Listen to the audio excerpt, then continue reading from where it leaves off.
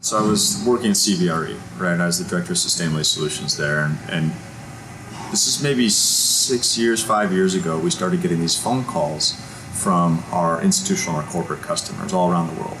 And they were calling in and saying, we've got this sustainability thing, we need to do something about it, we're not really sure.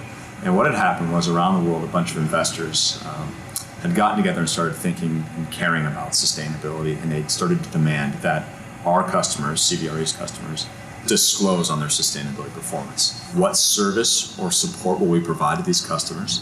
And Measurabl is just a software package of what we learned there.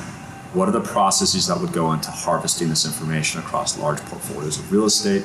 How would we validate and verify this information, package this information up for the investors, as well as the stakeholders, as well as the managers in that organization? And that needed software. And at CBRE, they weren't a software firm. So I left 2.5 years ago to build that.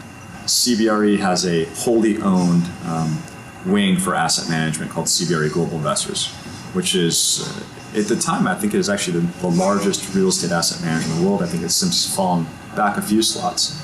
But that is one of our most important and early customers, was the asset management piece. So I still got to do business with my old colleagues. The global director of sustainability, who was my old boss, came on board as a member of our board. So I still got to have a good relationship and get to be a proud alum.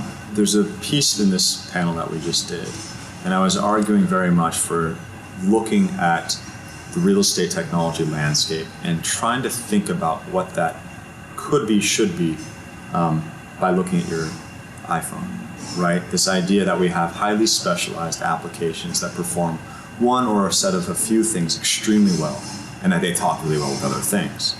And the universe of sustainability or non-financial data, these two components I mentioned, qualitative data, performance indicators about employee compensation, bribery, those are harvested from people. You need people to interface with the system and enter and update this information. The quantitative stuff that you're asking about often lives in one of two places for real estate companies. Either your utility provider, right, the guys that are feeding fuel, electric, district energy into your building or water, or some intermediary system. Typically, by default, the largest of those is the U.S. federal government in the form of EPA Energy Star.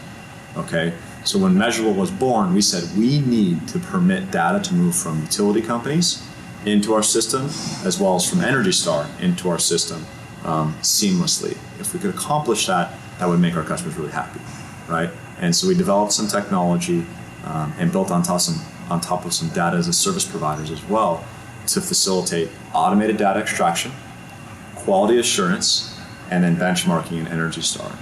And when I think about what technologies do we interface with, that was the genesis of it.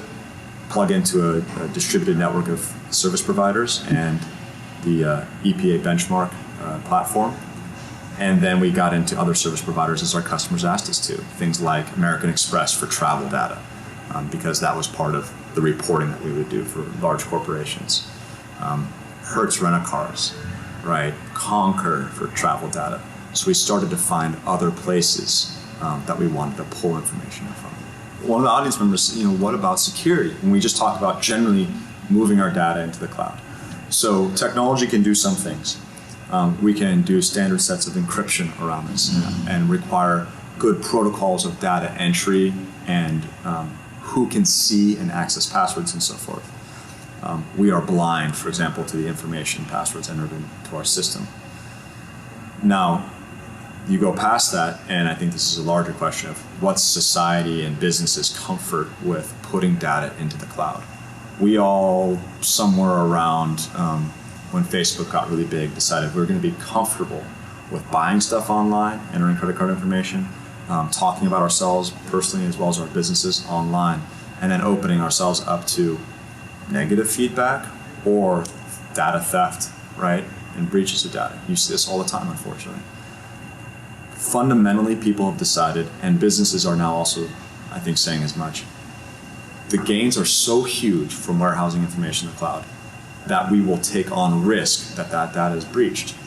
Technology firms our job is simply to use best practice to protect against that breach, or if one occurs, to have immediate recourse to find out who did it, when they did it, what was affected.